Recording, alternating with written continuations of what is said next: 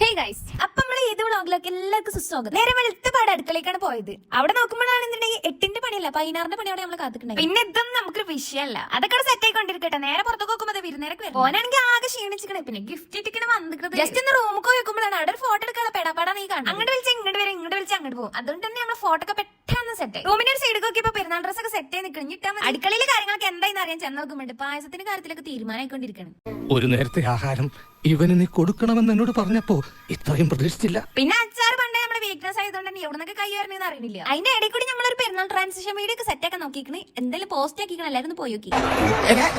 പിന്നെ ഇങ്ങനെയൊന്നും അല്ലടാ. നമ്മളൊരു വീഡിയോ എടുക്കാൻ പോയപ്പോ ഇവിടുത്തെ അമ്മക്ക് പൊട്ടിക്കിട്ട് അതോടെ നമുക്ക് വീഡിയോ കിട്ടിയില്ലടാ. സാറില്ല, സങ്കടമില്ല, എന്നാലും ചെറിയൊരു വിഷമം. പിന്നെ ഫുഡ് എടുക്കപ്പെടാതെ ഗംഭീരമായി നടന്നുകൊണ്ടിരിക്കുന്നുണ്ട്. അങ്ങനെ കലാപരിപാടികളൊക്കെ ഏകദേശം കൂടെ അവസാനിപ്പിച്ച് നമ്മൾ നേരെ മരം എടുക്കാൻ പോയി. ചെറിയ കഴിഞ്ഞപ്പോൾ ഡബിൾ ഒരു കീസെറ്റ് വരുന്നത് വേറെ ഒന്നല്ല, ഓല് കുറച്ച് പടക്കം പോത്തിരിക്കിട്ടുള്ള വരവാണ്. അങ്ങനെ കുറച്ചേരം നമ്മൾ കത്തലും വടലും ചീറ്റിലൊക്കെ കഴിഞ്ഞപ്പോ ഭയങ്കര വിശ്രമത്തിലാണ്. കുറെ നേരം അടുക്കളയിൽ നല്ല സ്മെല്ലൊക്കെ വരുന്നത്. ജസ്റ്റ് ഒന്ന് പോയിക്കുമ്പോ നല്ല അടിപൊളി മന്തി വേറെ എന്തൊക്കെ സംഭവങ്ങളൊക്കെ ഉണ്ട്. പിന്നെ നമ്മൾ ഞാക്കൊന്ന് തിന്നട്ടെ.